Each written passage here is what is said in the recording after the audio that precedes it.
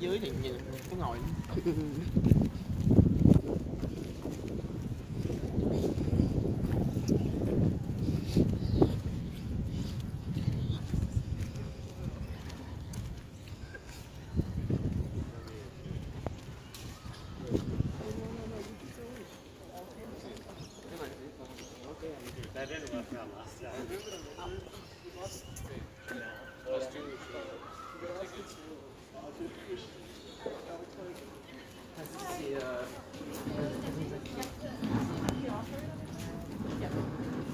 That's one, and for her, second one. So I'm going through. Thank you. Thank you guys. I just need the QR code on your phone.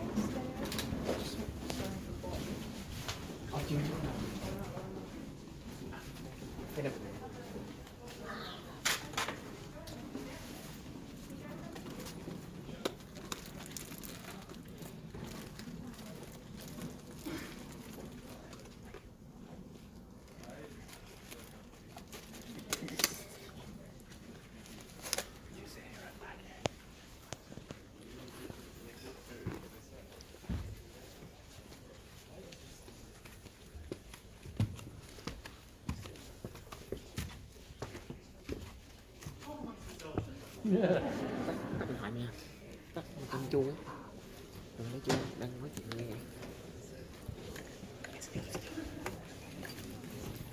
Phải mà coi như là coi đích với là trường đại học quốc gia nữa, trường đại học quốc gia bắt đầu cái anh vô đó.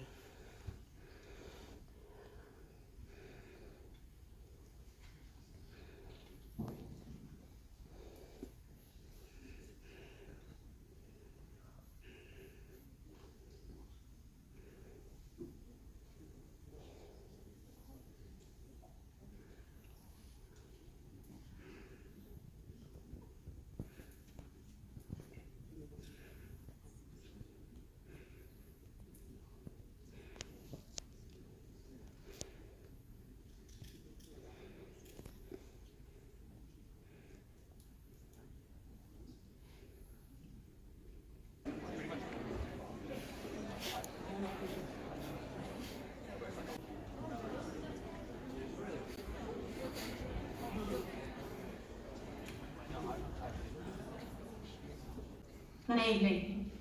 I am Anne McNaughton, Rector of the ANU Centre for European Studies here at the Australian National University.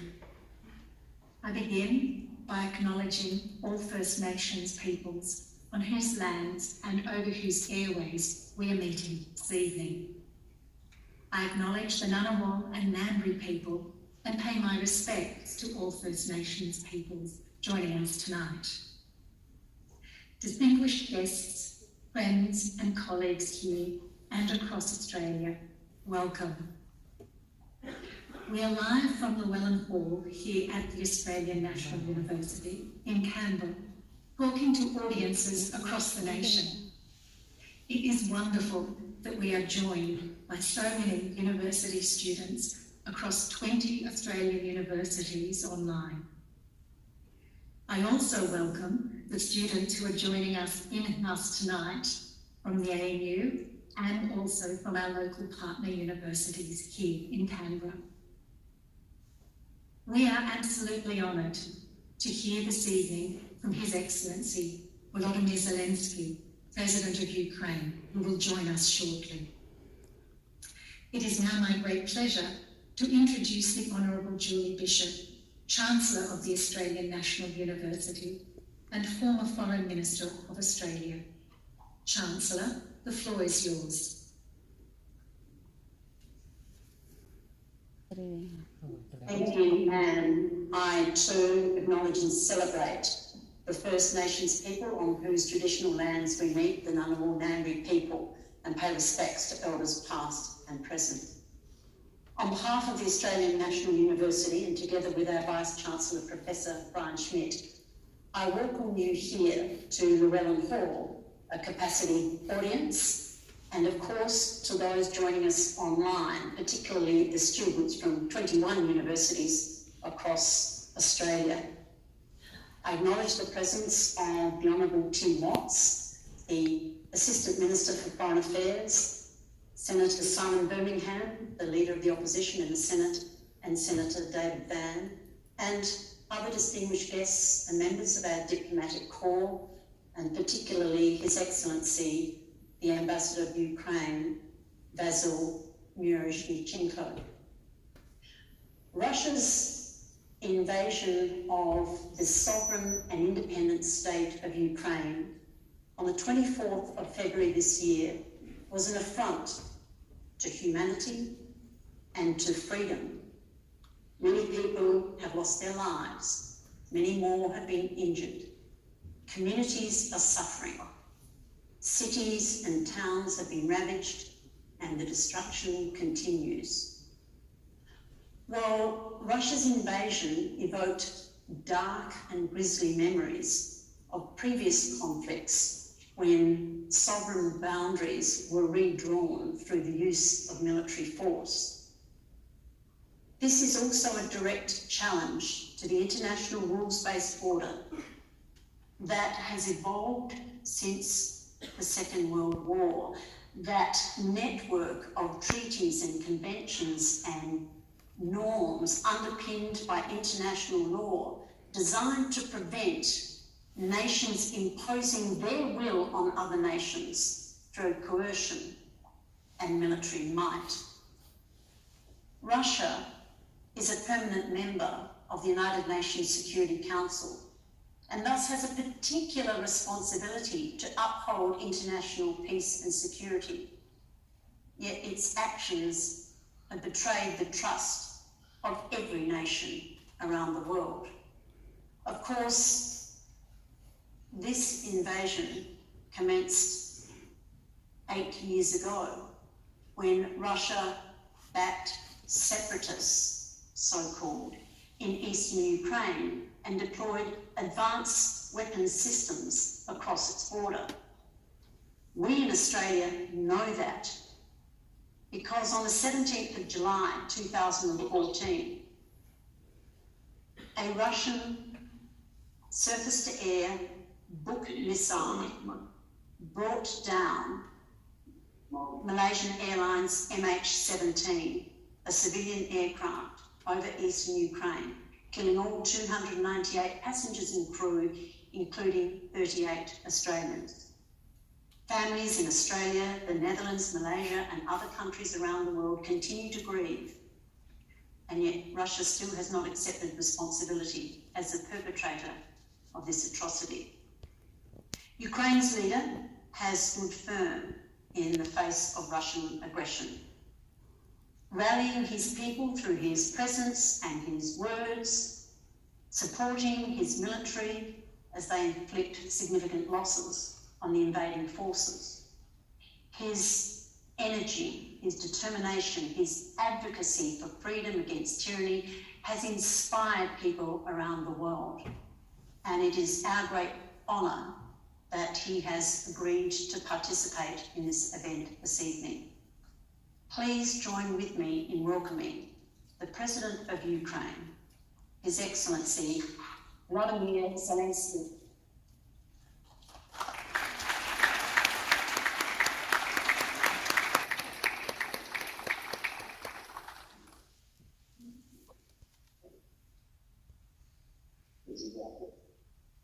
Thank you so much. Chancellor of the Australian National University, dear teachers and students already present, I know that overall quantity of participants in these translations and this broadcast are more than 20 universities of Australia, and I thank you for this opportunity to have this speech with you. We have 161st day of a full-scale war which was started by Russian aggression against Ukraine. Every day world is shocked by new messages about new Russian atrocities. This shouldn't be a common thing for the world, because it would mean that the world has put up with it. A lot of people were concerned and still concerned about what they need to do. That they should be delicate and not to anger Russia, that Russia would have an opportunity to save their face. And it has to be an obvious for everyone that doesn't matter at all. We cannot anger those who is already insane. It is impossible to save the face of those who doesn't want it by itself. Russian Federation openly demonstrated to all the nations. It's been already 161 days. It's important not to forget none of those days.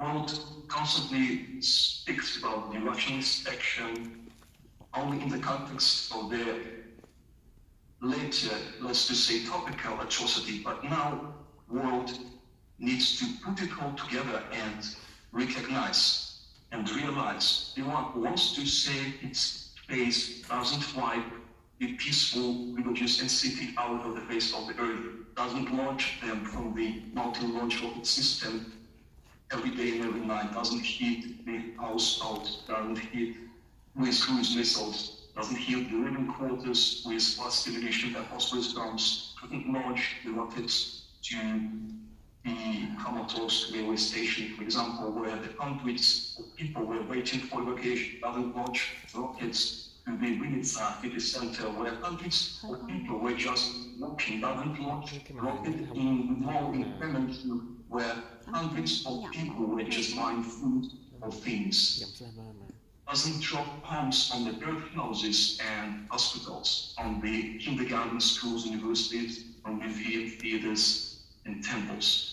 Doesn't target the artillery against cemeteries and doesn't strike with rockets on the memorial complex of Holocaust victims in Babin Yar. The one who wants to save its face doesn't commit the hundreds, the thousands of military crimes, crimes against humanity, doesn't commit the massive executions of the peaceful population, doesn't put the handcuffs on the peaceful people, doesn't put them on their knees and kill them with a shot in their back, doesn't parade the wives on the eyes of their own children and children on the eyes of their own mothers. The one who wants to save their face wouldn't do the blockages of the occupied cities, wouldn't deprive the people of food and potable water, of necessary medical supplies, wouldn't deprive people of heat, of warmth, of communicating, of the slightest hope, doesn't go the military authorities, doesn't deliver people to the terrorism labor, doesn't kidnap children,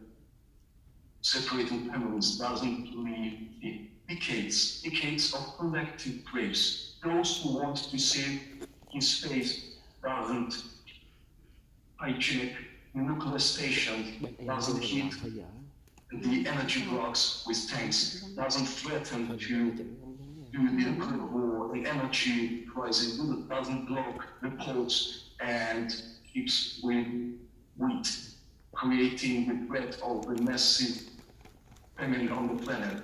And by signing a document on the blocking of the ports and repassage of the ships, doesn't show ports on the next day of the signature. The one who wants to save face doesn't bring with him the mobile cremators to destroy bodies and hide its own atrocity, doesn't tell attitude to his own soldiers as to cannon fodder, doesn't do massive tortures, massive atrocities and terrors. The one who lost his mind, his heart, his conscious dignity, all that human has. This is the one who lost it long ago. The today's Russia has lost his face long ago. It has happened not yesterday, not the day before yesterday, and not the day, and not this weekend, this week. This has been proven a lot, and this mask has been already disguised. The mask of peacekeeper with the holes for the mask with the holes for the eyes and mouth, the mask to wear the terrorist. And And the difference between terrorists in Russia is that the terrorists hold they are accountable for their action, and Russia cannot do even that and try to accuse other people of their atrocities. Separate countries and the whole world. And now this world is before the choice. It's been a long choice. To someone it's uncomfortable, and to someone it's unavoidable. You cannot fight of this choice. You cannot somehow avoid it. For 161 days or full-scale war in Europe, the humanity has come through 161 points of unreturning. For many countries, there is time where they should be of the interest of the planet, or otherwise both of them, the first and second, will be threatened because of the terrorists, of the world terrorists. Any trade, any business, or any other forms of cooperation in the Russian Federation will, most of all, will bear the great benefit for the others, and most probably death to the others. Political, economic, energy, or any other benefit equals to the lives of thousands of people who are killed by Russian weapons. The world has to do its choice, UN has to do its choice, Security Council has to do its choice, the International Red Cross Committee has to do its choice, OSCE has to do its choice, the EU countries has to do their choice, NATO countries has to do their choice. G7 and G20 countries have to do their choice. US has to do its choice and to do this important step to recognize the Russian Federation as the country terrorist sponsor. This time has come long ago, and the reverse countdown has been already launched. And there are only two options: determination, and that means the cease of atrocities in Russia, or another bombing, another shelling of those terrorists. I know that a lot of Australians send their financial aid to our country, give us medical supplies, work as volunteers in hospitals, they provide the humanitarian system, and also they are on the front line. And I hope you continue to help us, continue to help Ukraine, including in the classrooms, by standing for the truth and debunking the myth that were so masterly and so skillfully fabricated by Russian propaganda machine. I am very thankful to Anthony Albanese government, who made significant systematic support of our country, which includes full-scale military and humanitarian assistance, sanctions against Russian and Russian legal and physical entities, the cancelling of Ukrainian goods, taxes, even the call for our Ukrainian energy. Currently, your country gives one of the biggest military support to Ukraine among the countries from non-NATO members. We will be thankful for continuation of this support. War is not over, and today, we as never before need your support, need support of all the civilized countries, along with whom we will most sure stop and conquer evil. Thank you for attention. Glory to Ukraine.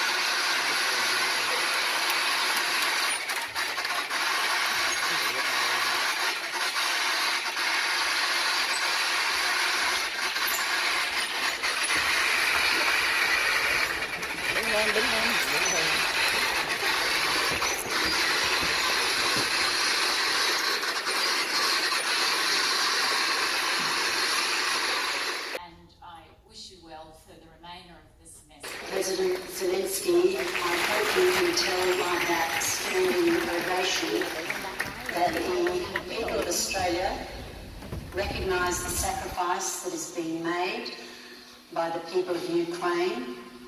We acknowledge that they have a right to choose their own destiny, and people around the world are sending a powerful message in various ways. We here at the Australian National University, condemned the invasion in the very early days and suspended all research and academic activity with Russian counterparts. We must all do our part. And we're delighted that you've agreed to take questions from our students. We have a number here in Llewellyn Hall and a number who have sent questions online. May I first ask a student within Llewellyn Hall to ask a question of you, and then, depending upon how much time we have, I'll go to questions from across Australia. So first, Sophia from the Australian National University. I call on you to ask a question of President Zelenskyy. After the outbreak of the war, many Ukrainians lost their family and home, but I see that you and other Ukrainians still have a strong fighting spirit and optimistic attitude. I would like to ask you that, how do you achieve this? Thank you, President Zelenskyy.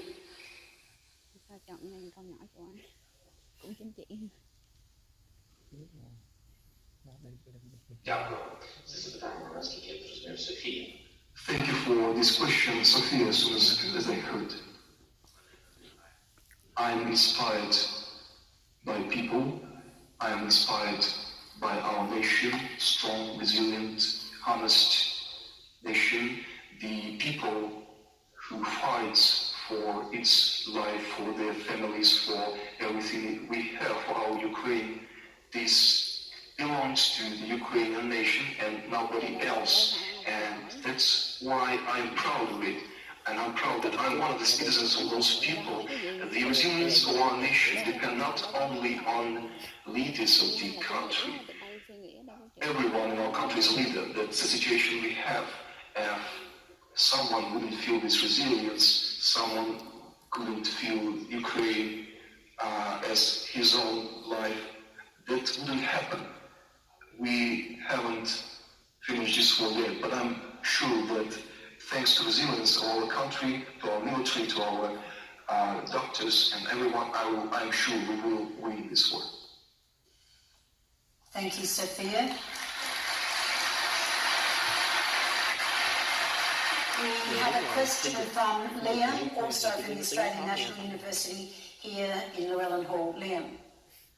Mr. President, are you hopeful that a post-Putin Russia will be able to democratise and be integrated into Europe and global society, or is this unlikely?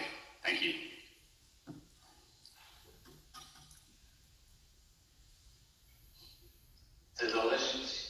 It depends only on one country in the world, and this country is Russia. Only one nation, it's Russian nation. And let us turn our attention on this World War II, the bloody war, bloody tragedy, with bloody aftermath, with bloody stains, the stains of history of the, first of all, German nation. It was a fascist Germany, but then German nation found the power to recognize the tragedy as a great, tragic mistake of their nation, of their people, of those who followed Hitler, of those who, because somebody supported this government and somebody just kept silent, and everyone understood that everyone were guilty, and they have chosen another path to recognize this tragedy, to recognize themselves as guilty and move on. And today we see one of the most powerful economies in the world and one of the most powerful democracies in the world. That was their choice. The choice was right, as I think. And they gave the chance to the following generation not to live as isolated, but to live among the civilized people and to be on the same high level of life. And I think that Russia will have this opportunity for sure. President Zelenskyy, I now have a question from our online audience. Carolyn, a student from the University of New England in New South Wales. Carolyn asks, it's obvious that no matter where we live in the world, we are all impacted by the Russian invasion of Ukraine. The war's impact on food, fertiliser and fuel costs is far-reaching, and countries are rethinking political and economic alliances. But how can we, as students in Australia, assist with somehow alleviating the human cost to your country? Is our empathy and moral support sufficient, or can we do more?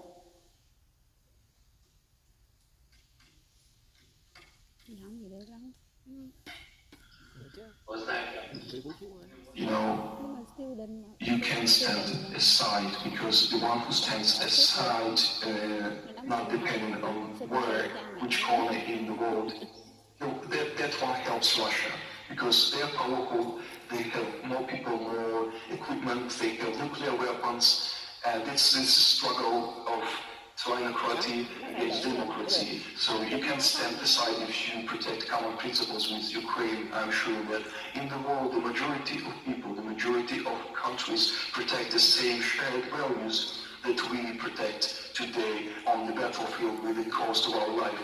Then you can stand aside whatever it would mean. You can't just sympathize. I would be frank. We thank you for your moral support, but you also need to support our good deeds in order we would have the opportunity to win the tyranny. We need to have support with concrete actions, because every hour, every day, we are losing the most important which we were given God by planet Earth in our countries, the lives of people. And help, I already told that a lot of Australian citizens, and indeed they help us a lot, they render internal assistance. Please don't forget about it, please continue. And the second, I would like to turn my attention is informational war. It's difficult, and Russia spends billions on their propaganda machine.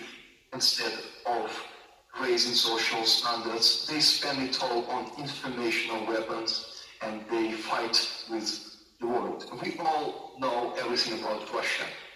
We personally know that the enemy has come to our land, but in different corners of the globe, which are far from Ukraine, they spread on different continents, on African continent and Malaysian space. They spread the informational policy that they haven't invaded anyone, and that works, unfortunately. Even after a few years, after a lot of years of the war, people can't open their heart to the truth. Sometimes they're good with it, they are comfortable, they have their business interests, and those business interests are more important than the lives of people for them. So that's why, please,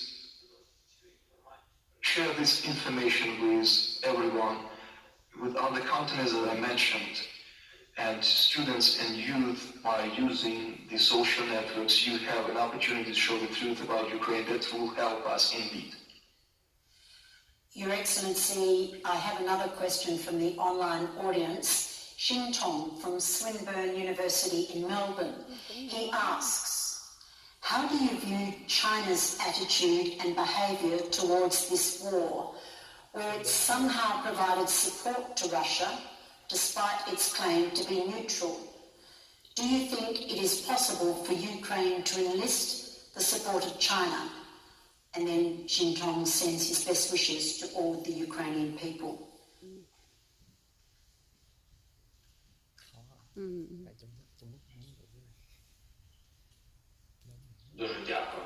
Thank you.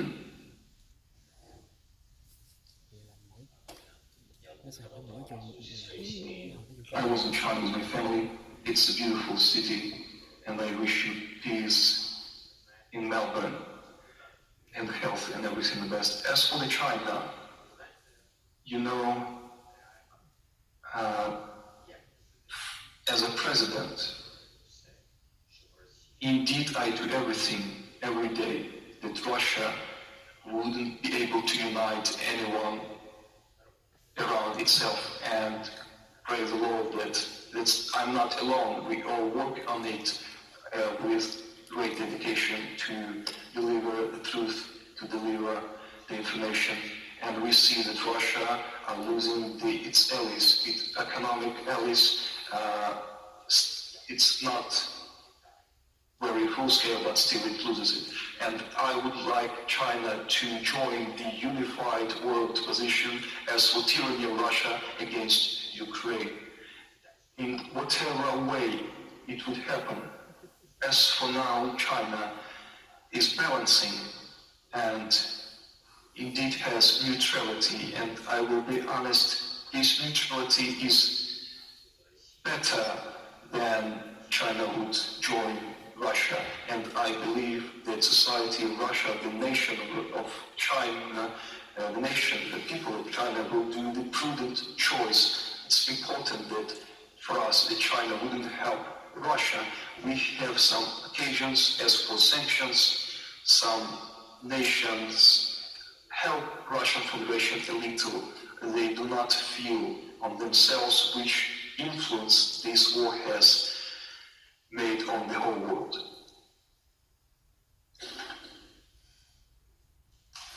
Mr. President, another question from a student in our audience here. Paulina from Macquarie University has a question. The resilience of Ukrainians has impressed the whole world. In what ways do you think Ukrainian society and culture will be different after the war? Thank you, President Zelenskyy.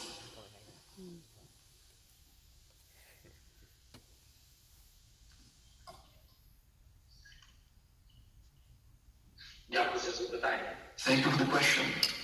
You know, I think that the values we are protecting, we were having those values even before the war, but we had this as granted. We had the right to lead, the right to have freedom, the right to love, to choose where you live and who you will love, most important. And to love, it's our nation, it's a choice of every person. You don't think before the war that you could have this moment where you need to choose because of the war. And the most serious thing is that someone else will choose where you need to live. And you hear it from me, but you can't feel it right now. And I'm happy that you don't have to face this choice. And I'm happy that you still have the peace in your country and such a beautiful faces. And I am happy that you posing these questions, that you having answers for those questions. And you're thinking not only for yourself, you're thinking for the future of the country we live. So you have this freedom, the same values that we have. And after the war, all this understanding what's important for you became very acute, became very severe from different priorities. They are different, those priorities. People starting to think about the other things. The most important thing is my child, my family. How is our neighbor? Let him live. What's going on the front? What's going on with our military, with our statehood, with our homeland? We are retreating or we are going further? Are we wanting to give up our countries? We are changing the values. Second, the resiliency. We are united. It's very important. We can have a lot of differences in our society. Someone likes the law, someone doesn't like the law. Somebody sees the harsh vertical, somebody sees the liberal society. We have different people with different views. We have different ethnicities, different nationalities, and I'm proud of this, that we have such a multifaceted country, such a diverse country. But it's united. It's very important to have unity in our country in this period of trials, and I would like to believe that we will stay this very united nation in the same way that we have during this war, and we will have the same unity after the war. We have a question from Kyle online from Queensland University of Technology, and Kyle asks, in the future, do you ever think Russia-Ukraine relations this devastating war? And if so, what would it take for that to happen?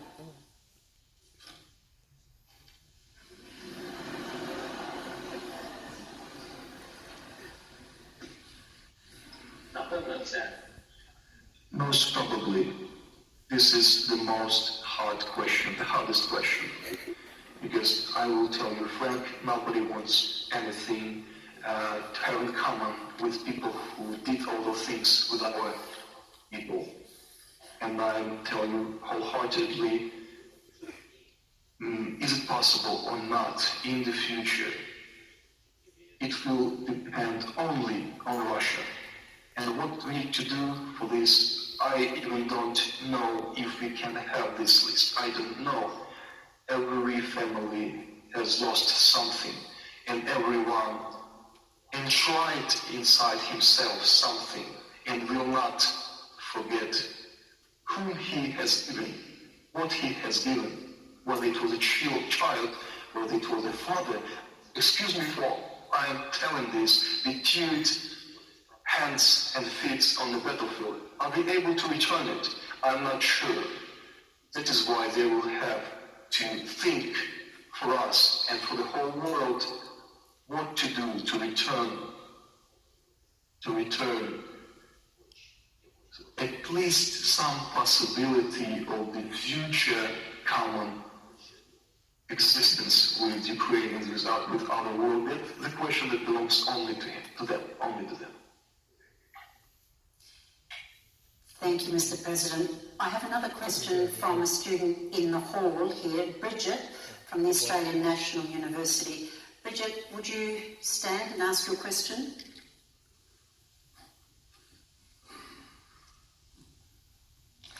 As a leader at war, what has been the most challenging or the hardest concept? What has been the hardest concept to grasp while understanding and fighting on the ground? Під час боротьби і у розумінні цієї війни. We didn't hear your point. Didn't you hear that? I'll ask Bridget to read it again, slowly. As a leader at war, what has been the hardest concept to grasp or the hardest thing to accept when fighting on the ground?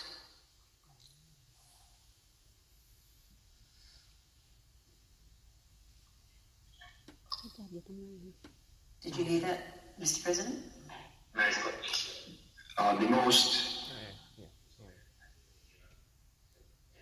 The hardest thing to accept as a concept when fighting on the ground.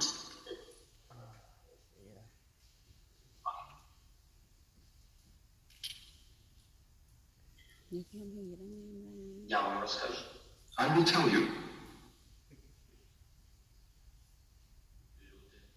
I didn't think that people are capable of those things, and I would share it in the two aspects. On one side, our people who are capable of such heroism, who went out on the street and started to stop the military equipment, tanks with bare hand in the areas which were occupied.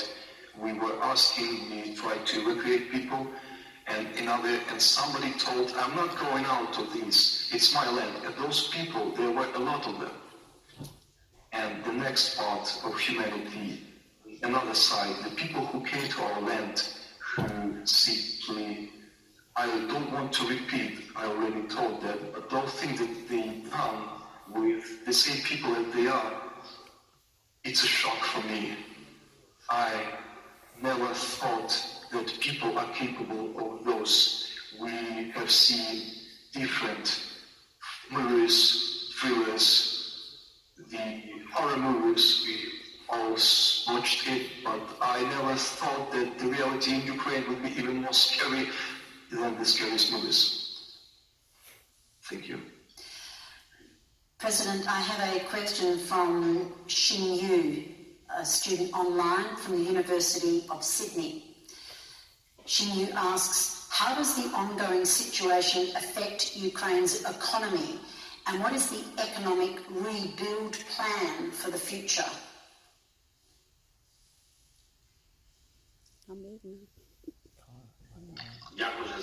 Thank you for the question. The war has displaced 12 million of people. Part of them are still in Ukraine, losing their job, their business in other cities. Part has moved abroad, losing the same. And thanks to God, not losing the wish, the desire to come back. And when we have the desire to come back, to return, that means most probably we will rebuild. As for the rebuilding Ukraine's economy, it's another question. It will happen in time. And now I would like to state a few things about the economy. When we have such a quantity of people moving abroad, we can understand that we lost a lot of jobs, millions of jobs actually, not thousands, when sometimes politicians generalize as of thousands. No, those are millions.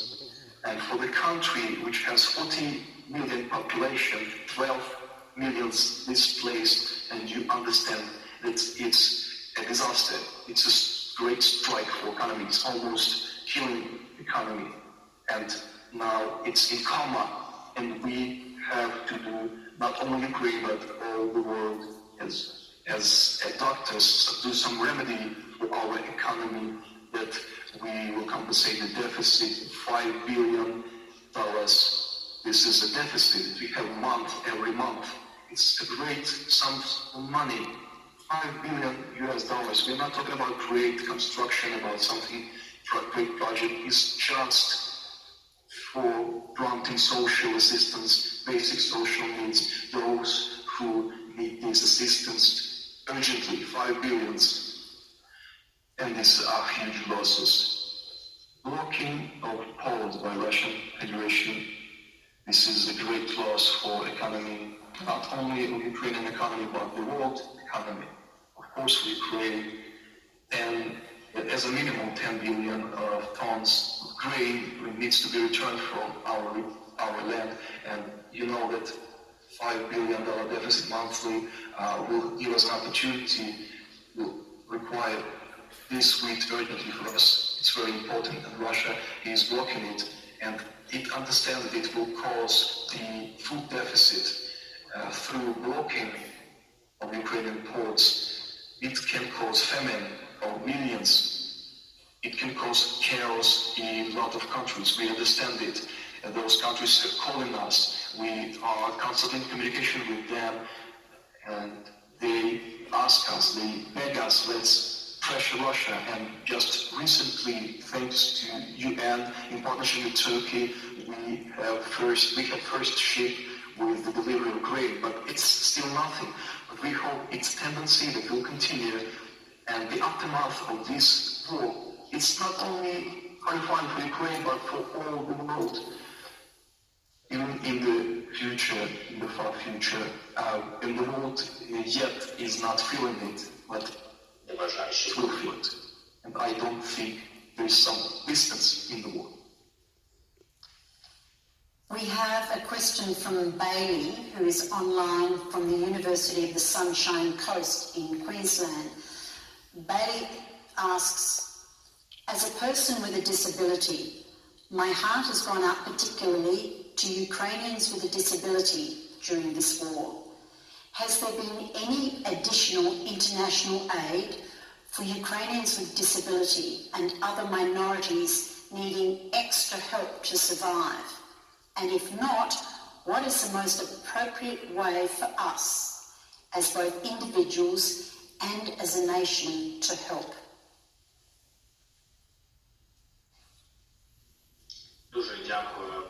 Thank you for this question. We have a few programs,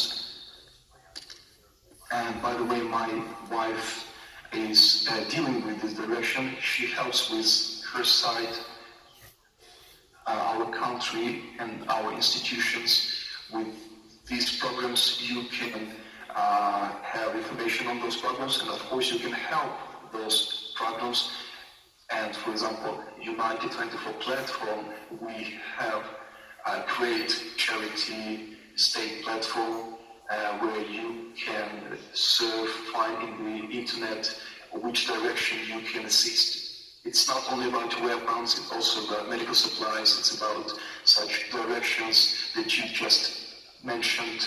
It's also infrastructural support, etc. You can join, you can participate in those directions, and you can have interest in them, and we support our handicapped people, or every people, we try to help our priority. President, I hope we have time for a couple more questions. I'll ask Olivia from the Australian National University here in Llewellyn Hall to ask a question. Amidst the conflict and violence, how do you feel about the participation and victory of Ukraine at the 2022 Eurovision Song Contest, particularly with a song that recognizes so much of Ukraine's language and culture? Do you believe that music is an important tool for cultural connection during violence?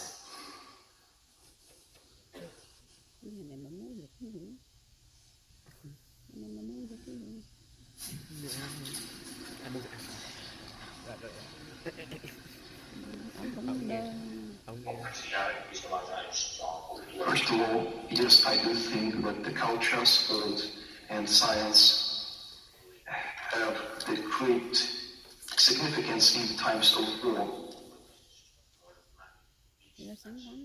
Even more important than in the peacetime. And, you know, for Ukraine, motivation is to win for every Ukrainian, and that's why we are motivated by any victory. We support our sportsmen, and therefore we support our cultural activists. And Eurovision is just one of the greatest examples where we support our cultural activists. We support our scientists when they becoming the best, the mathematics, or physical scientists. We support them as never before. Before this, a lot of people haven't even heard about us, and that's why this is a victory, no directions for us. It's important for us because it's a great battlefield for us everywhere. Thank you. President Zelenskyy, I understand that time is against us, but we think that on that note, we can end this conversation with you. On behalf of the audience here this evening and the participants online, on behalf of the Australian National University and the 21 other universities that are working with us to present this event this evening, we thank you for taking part. We appreciate your time and the opportunity to hear directly from a world leader who is fighting for the survival of his people. We stand with you, we stand with Ukraine, and we support you in your continuing fight for freedom and democracy in the face of tyranny. Thank you for your efforts. We salute your courage and your determination. Please join with me in thanking President Zelenskyy.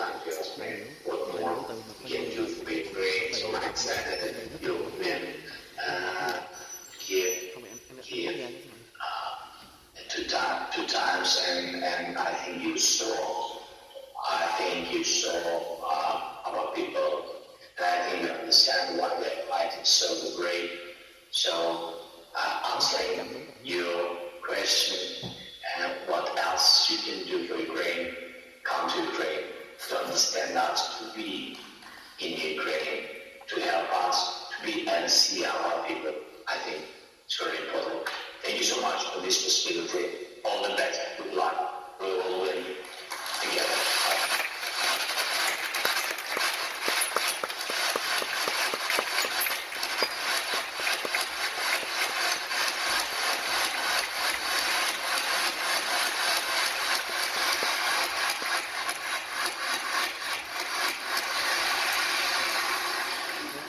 Ladies and gentlemen, that certainly was an extraordinary opportunity to hear from President Zelenskyy, and I'll now hand over to the Ukrainian ambassador who wishes to have the final word.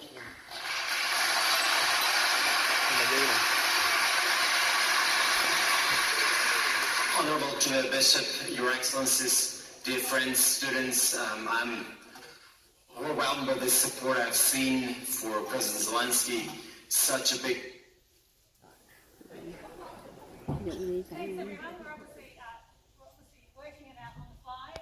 Andrew's having to answer some questions. He could return to a summary, but he thought you might like the opportunity to ask questions first. So we've got a few minutes, and we'll start with that.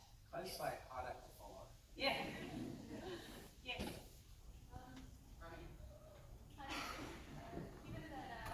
There's a microphone on the Câu hỏi gì không? Câu hỏi đi. Chưa. Ông này mà còn mở số án nè. Hỏi đi. Ông giơ tay hỏi đi. Given that neither Ukraine nor Để mẹ ngồi bên đây, mẹ Russia quay cho. to the Rome Statute, what capacity is there for accountability for war crimes after?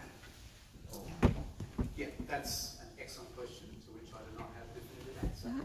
Ông hỏi đi, mẹ giơ tay qua. My judgment on that would be more kind of referred to in terms of the strategic significance of Russian atrocities.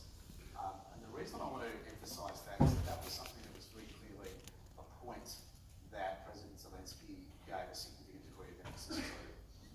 And the reason for that is that the use of atrocity crimes by the Russian Federation is not an aberration, but rather a feature of the way in which the Russian Federation has prosecuted its wars to date, whether that be in Grozny in the 1990s, whether that be in Syria more recently.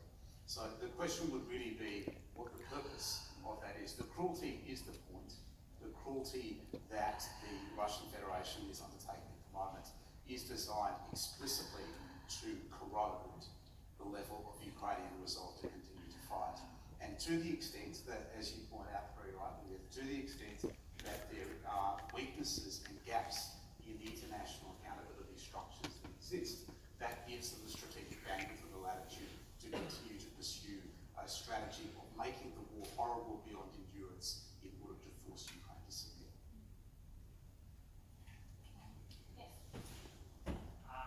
Since our last session of Ukraine at the 75-day mark, how has the control of the narrative progressed, particularly within Russia? So the control of the narrative within Russia is still fairly strong, and the reason for that is in part because this is a regime that has had a great degree of experience in controlling the narrative generally.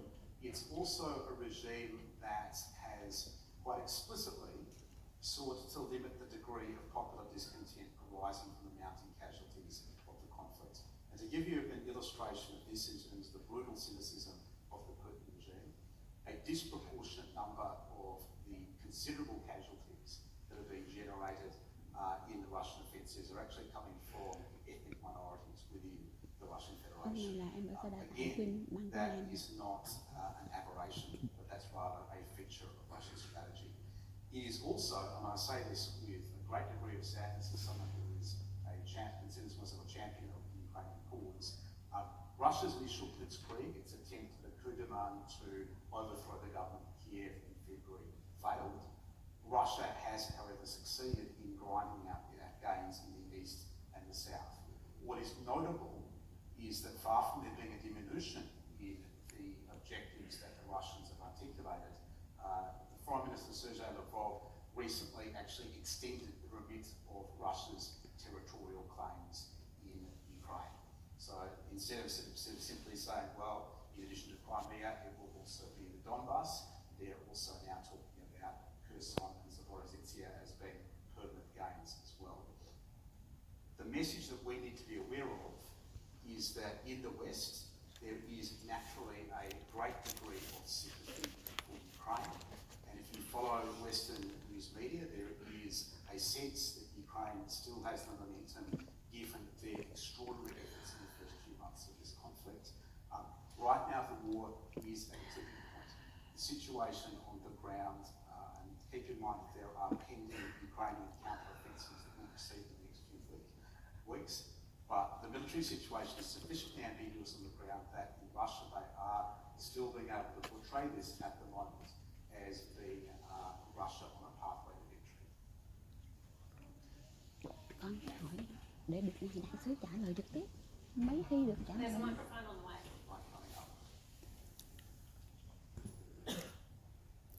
I was just wondering because right now we just hear this position from President Zelenskyy, but nothing from President Putin.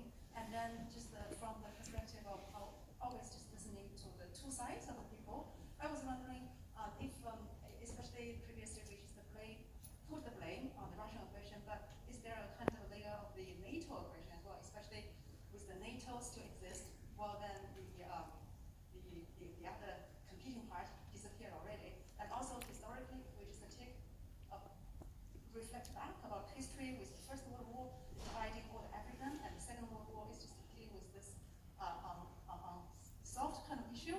And then do you think with the current war going on in Russia, and then is this time for us to have a deep reflection about human behavior and as well as this kind of international rule, and if it is fully founded in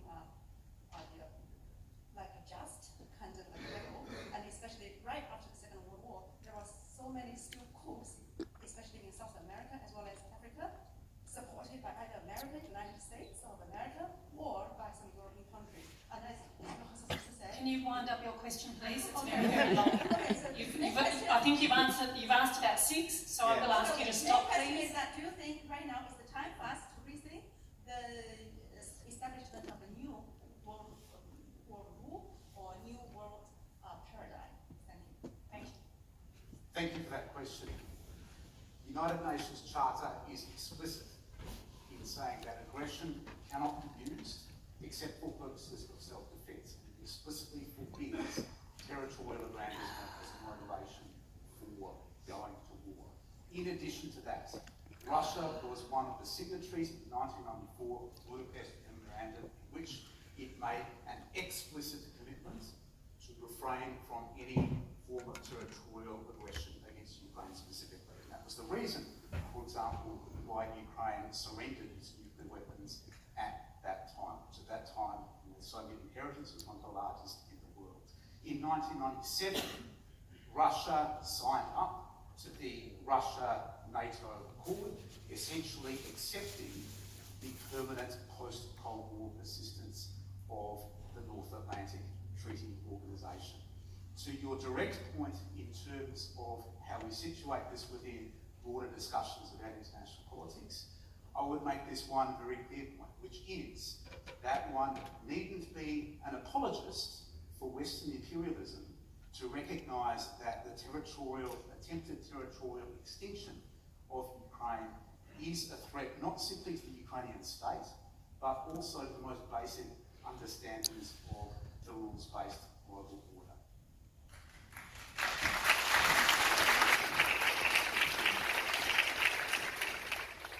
Thank you. We have 1 minute. Is this a really, really quick one? All right, last question, very quickly, please. Thank you. I just wanted to know how you feel conventional war has changed since the last interstate war, and what weapon systems have become increasingly relevant, and which we might be able to learn from, which are more effective. Yep. Great question. I will try to keep it brief. The big story so far with the Ukraine conflict has clearly been the effectiveness of drones as a means of targeting and disrupting mass armed violence. So what we're seeing at the moment in the military context is yet another obituary for the tank.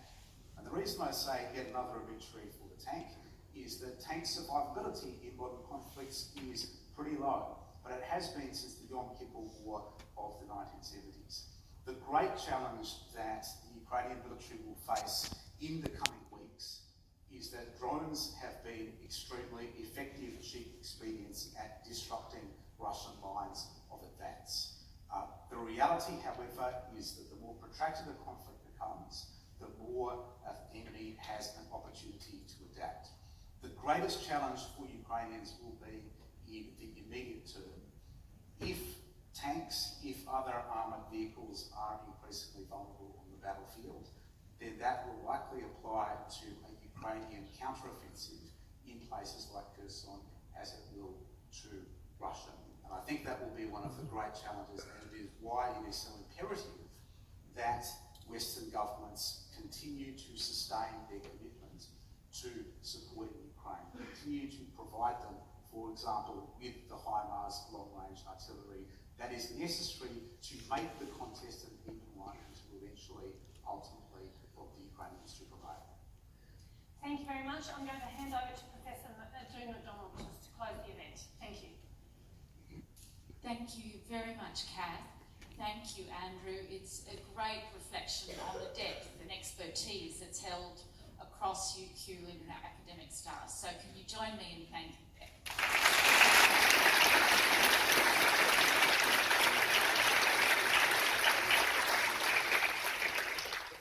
What an emotional and challenging afternoon we've had.